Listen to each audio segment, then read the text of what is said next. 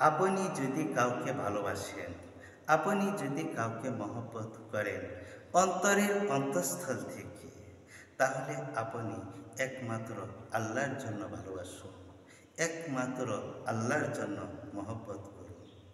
আর আপনি যদি কাউকে ঘৃণা করেন অন্তরের অন্তঃস্থল থেকে, তাহলে আপনি একমাত্র আল্লাহর জন্য ঘৃণা করুন।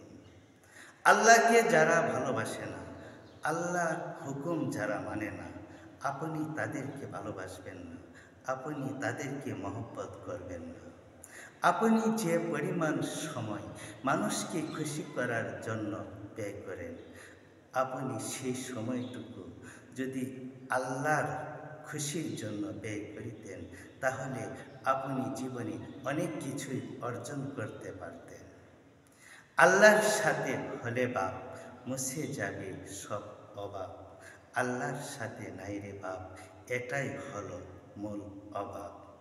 আল্লাহর চেয়ে কাউকে বেশি ভালোবাসা যাবে না। এটা আপনি তখন অনুভব করবেন, যখন আপনার ভালোবাসার মানুষের দ্বারা, যখন আপনার মহব্বতের মানুষ দ্বারা আপনি প্রচণ্ড কষ্ট পাবেন।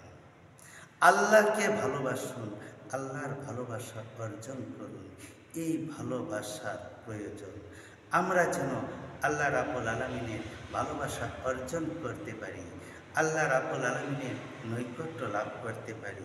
মহান আল্লাহ রাব্বুল আলামিন আমাদের সকলকে সেই তৌফিক দান করুন। আমিন।